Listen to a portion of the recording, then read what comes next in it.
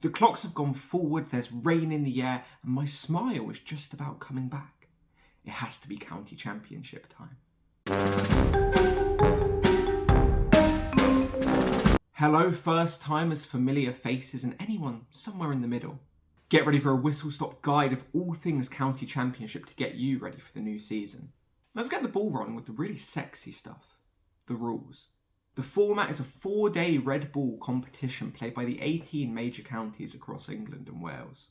These 18 teams are split into 2 divisions and they'll all play 14 matches. You play for points, and if you sit atop of Div 1 at the end of it, congratulations, you're a winner. On the topic of points, we have a few things to get familiar with. For a win, you get 16 points. Draw or tie, you get 8. Where the competition gets a little bit funkier is the presence of bonus points. Depending on your performance with bat or ball in the first 110 overs of the innings, you can top up your points tally. To avoid the chance of me completely butchering the totals that you can get, they'll now magically appear either side of me. You're welcome. And the best part about these, you get them no matter the final result. And in the end, this is what 2023 had to offer. 2 teams go down, 2 teams go up, and Surrey win the whole thing. Wow, Dan, this sounds so exciting, but how do I watch it? There's good news and bad news. The good news is you can start in April, ride this all the way to September. The bad news is you might need to get used to it being a bit stop-start. This year the championship starts on the 5th of April and we're getting 8 rounds on the bounce. We then have a bit of a rest and pick things up at the end of June and July before returning at the end of August for the final sprint. When it comes down to actually watching, we enter the realm of online streams. The model is that counties run streams for games that they're hosting, and this can be found across YouTube or their website.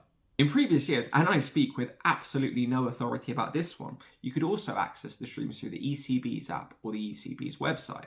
And yes, every now and then, you might even get a game live on Sky Sports. But don't get your hopes up for too many. I mean, unless you support Surrey. In my eyes, the slightly dodgy stream is a pillar of county cricket.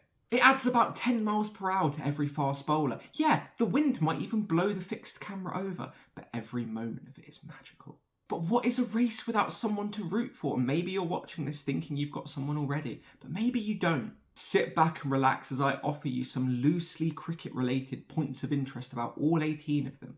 But don't worry, there'll be no favouritism here. Who do you think I am? The ECB? Let's get going with our title contenders in Division 1. If you're here for glory, this is where to look. So you like winning. Surrey are looking for 3 titles on the bounce, and they do make for something of a glamour option.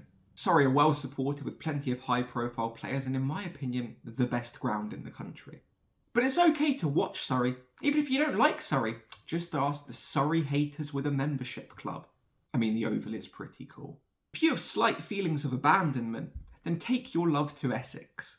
Sir Alistair's bid farewell and Dan Lawrence has taken the most beautiful off-spin in the country over to Surrey. Still a strong team, but with more than a hint of sadness. Stay here for some pining. The fastest way to identify a Hampshire fan is to make a public statement about James Vince's England career. If you become aware that suddenly the atmosphere's grown a bit hostile, then congratulations. You're surrounded by Hampshire fans. And if this resonates strongly with you, then you're in the right place. Supporting Kent is to live life on the edge. Yes, there's a massive threat of relegation, but you also get to see Zach Crawley, who, now I think about it, also just plays on the edge, so make of that what you will. If you're interested in watching the greatest finger spinner in the world weave his webs, then you need to go to Lancashire. Because when Nathan Lyon's 7 games are up, you get to watch Tom High Release Point Hartley. Has Nathan Lyon ever bowled England to victory in Hyderabad? The Trent Bridge short boundary situation is a cricketing icon in its own right. If you don't care about your cricket ground being conventionally shaped, then you're going to love it in knots. And if you look at this photo and feel strong emotional stirring, then you're definitely in the right place. I'm sensing strong anti-100 feelings and a sense of being left out. It's impossible for me to talk about Somerset and not yearn for the past of Hyderabad, of spinning pitches. They've taken that away from us. And I want it back. I'll be deadly serious. I think the vibe with Warwickshire is serious competence. Edgbaston's a great ground. They've got a host of great players. If you support Warwickshire, you're probably going to have a pretty good time. Is there as high a chance of nonsense as some other counties? No. But if you're looking for something mellow, this is the one. Relegate Durham. Sorry, it's an impulse. It's an impulse. Newly promoted and historically not the ECB's best friend, Durham's where you want to go to fight the system. But if you're still somewhat traumatised by Boland's got 6 at the G, don't watch Durham. He's back. Promotion's exciting. Global warming isn't. Worcestershire have absolutely horrific issues when it comes to flooding because of the River Severn. If you've got beef with either the River Severn or climate change, then you should support Worcestershire to fight the good fight. And this isn't a joke, we should actually all be deeply, deeply concerned by this. Maybe you don't love the glitz and glamour of Div 1, that's okay. We'll find something for you in Division 2. If you're really looking for nothing, Derbyshire didn't win a game last season and had 10 draws. So if you're really not that fussed about anything happening, this might be a good bet. So, you're Welsh. The current holders of the wooden spoon. The bottom of the bottom, the anti-Surrey. Someone has to be last. And if you're happy for that to be you, Gloucestershire. The dark foxes, the under foxes. There's plenty of tenuous fox wordplay potential here. After a 4th place finish in Div 2 and winning the one-day cup, I think there's a lot to be excited about for Leicestershire. So if you dare to dream, if you fancy having a bit of optimism, Fox. Hertfordshire's finest! No home, no money, but you do get to play at Lord's when they let you. Apart from that, it's just loitering around a school in Hertfordshire. And at this point, I will once again say justice for Hertfordshire, truly the greatest county. George Scrimshaw has my favourite facial hair in all of cricket. This is a guy who looks like he's been in the war. The war. And it really came to my attention, I think, during that series against Ireland last summer. But if you really love a good moustache, you can't look past Northamptonshire.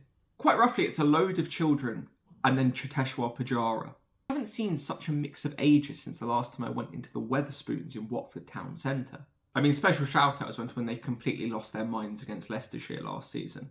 There's a pretty Mardy streak in this team, so if you're feeling like a rebel, don't be afraid to go to Sussex. And finally, you have Yorkshire, who are, to put it politely, a complete institutional mess.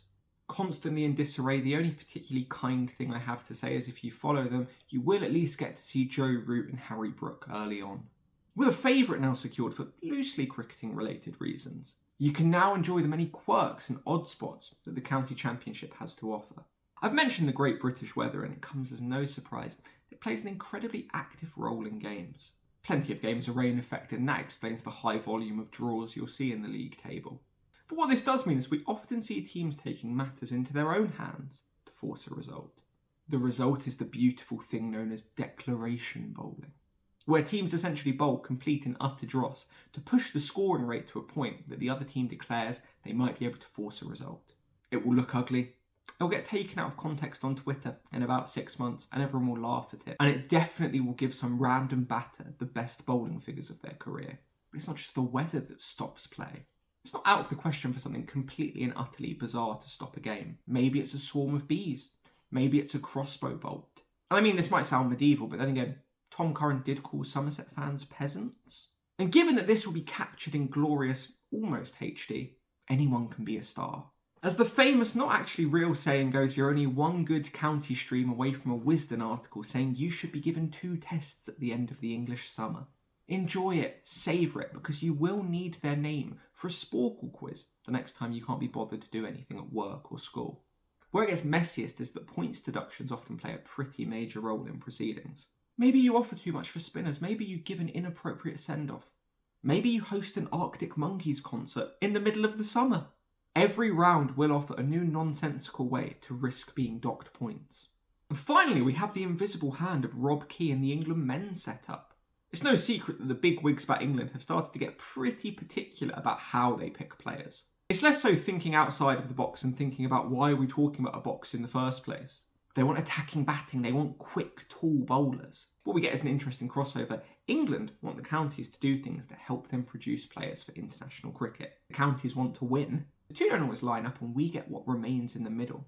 It's fantastic. So there you have it. Put your feet up, relax and let Burns and Sibley dot ball you through the summer. You're a county expert now, or at least you can convincingly pretend to be. Now don't forget to subscribe for more county cricket shenanigans. I'll see you soon.